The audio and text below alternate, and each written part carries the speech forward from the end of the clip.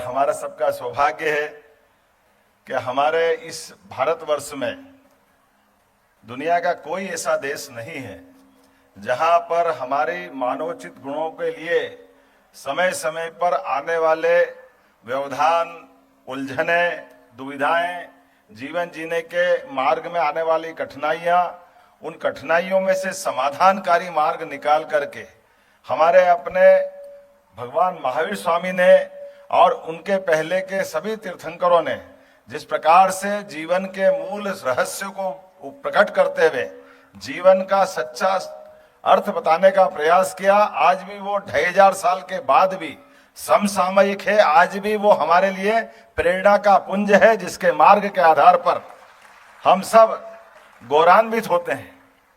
जो हमको जानते हैं, समझते हैं, वो तो इसका मर्म समझते हैं। जो नहीं जानते उनके लिए बड़ा कठिन जाता है, लेकिन अंततः वो इस बात को जानते हैं कि दुनिया में 200 से ज्यादा देश तो हैं, लेकिन 200 से ज्यादा देश में कई सारे देश जिनकी अपनी अपनी पहचान है, अपनी अपनी भौगोलिक सीमाएं, अपने अपने तरीके से उनकी संस्कृति पुष्पित पल्लवित हुई है, लेकिन अंततः उनके अपने कई सारे जाने अनजाने उलझनों के कारण से उनकी अपनी संस्कृति की धारा अपने आप अवरुद्ध हुई और उनके आते पते नहीं लगे जो उनके पूर्वज कहाँ छोड़ के गए थे। आज उनका हिसाब किताब लगाओ तो कोई कहाँ था, कोई कहाँ था, हर कोई उलझन में।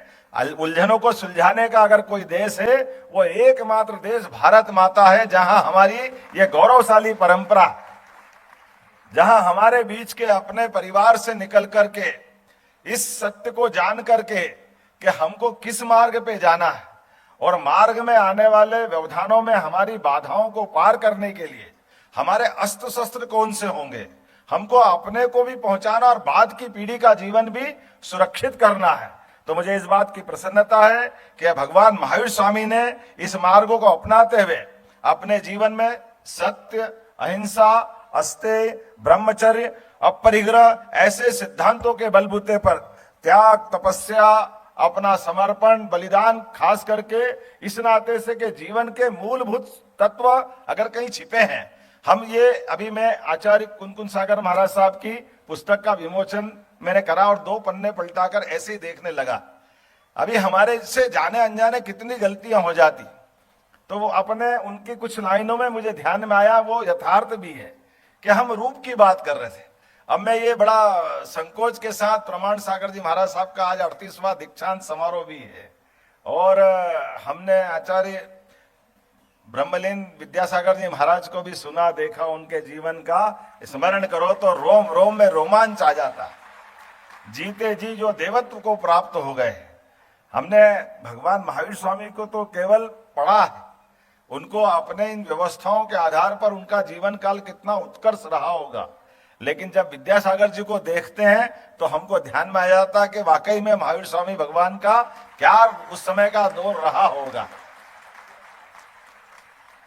लेकिन ये भी बड़ा अपने आप में रहस्य की बात भी है कि जब मैंने इस पुस्तक का उल्लेख करते बात प्रारंभ की, जिस रूप की बात उसमें भी लिखी है कि हम अपने जीवन काल में मां के गर्भ में आते तो हमारा रूप रंग स्वरूप क्या होगा, हमारा सने सने 9 माह तक मां के पेट में पलने वाला पिंड किस रूप में बन के निकलता है, जब हमारा जन्म होता जन्म के समय का स्वरूप क्या रहता है, जब छोटा बच्चा खेलते हुए बगैर कपड़े के दौड़ लगाता और जवानी की तरफ कदम बढ़ाने वाले रूप का तो रूप कौन सा, किस पे अहंकार पाले, किसको सही माने, चिता की उस भस्म को जो अंत में होने वाली है या मां के गर्भ में आने वाली उस दिव्यात्मा को जिसको हमने देखा ही नहीं है। हमारा अपना जीवन का कितना अलग प्रकार का प्रसंग है। हम बहुत छोटे से उदाहरण से हम अगर उसको समझने चाहेंगे कि जल से बर्फ तो बनता है, लेकिन जल से बनने वाले बर्फ में एक बार बर्फ जब बन जाता है तो जल का कहीं पता नहीं चलता जल कहां गया, लेकिन जैसे ही बर्फ पिघलेगा फिर जल को खोजने की जरूरत नहीं, फिर बर्फ खोजते जाओगे, समय निकल जाएगा, पता ही नहीं चलेगा। यह जीवन की हमारी रहस्य की सरल परिभाषा के माध्यम से हम समझ सकते हैं।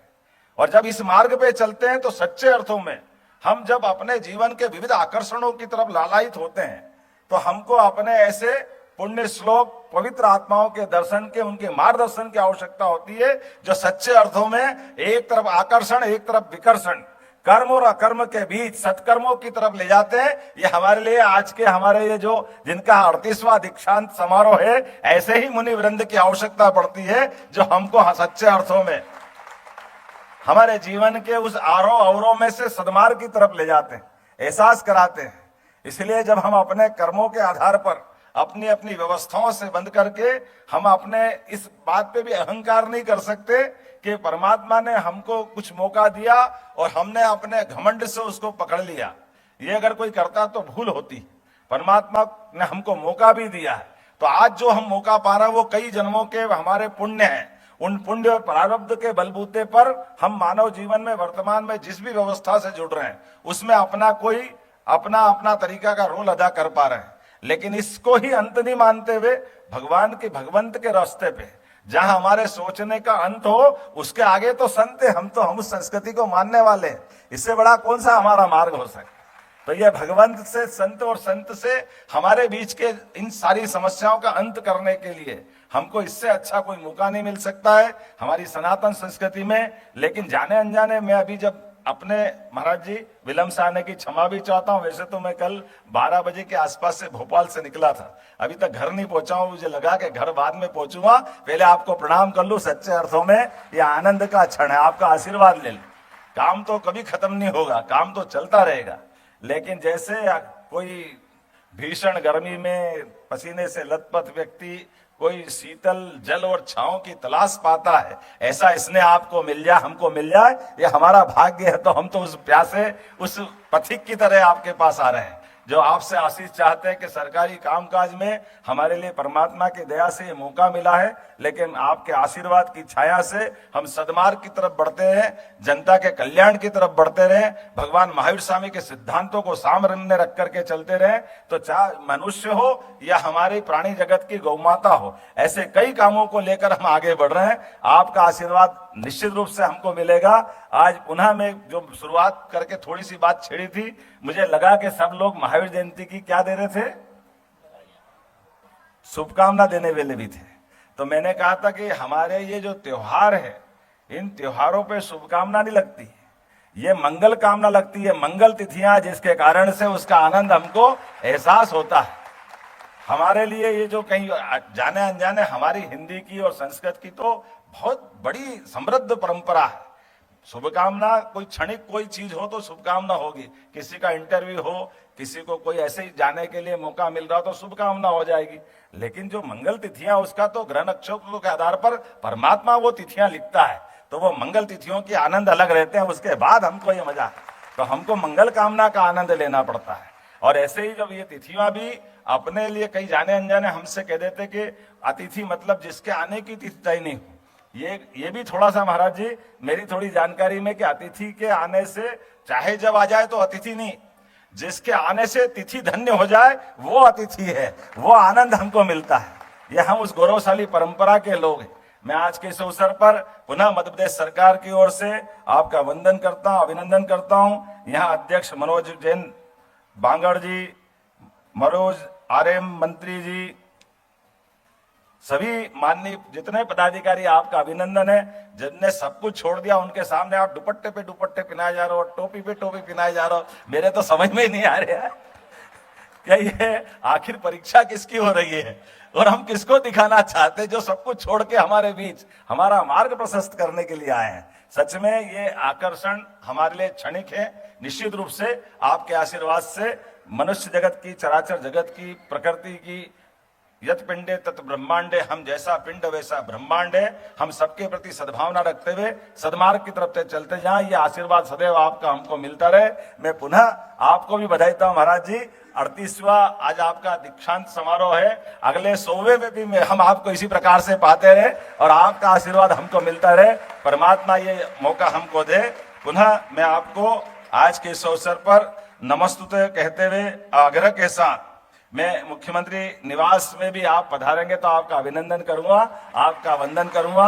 ये सरकार की व्यवस्थाओं के बलबूते पर कौन किसका निवास है, निवास तो एक ही का है, वो परमात्मा है। हमको अहंकार नहीं कि कोई किसी का निवास होता है। सरकार की व्यवस्था है, सब कुछ भगवान का है। मेरी अपनी ओर से पुनः आपके चरणों में वंदन, अभिनंदन और पुनः आप सबको बधाई।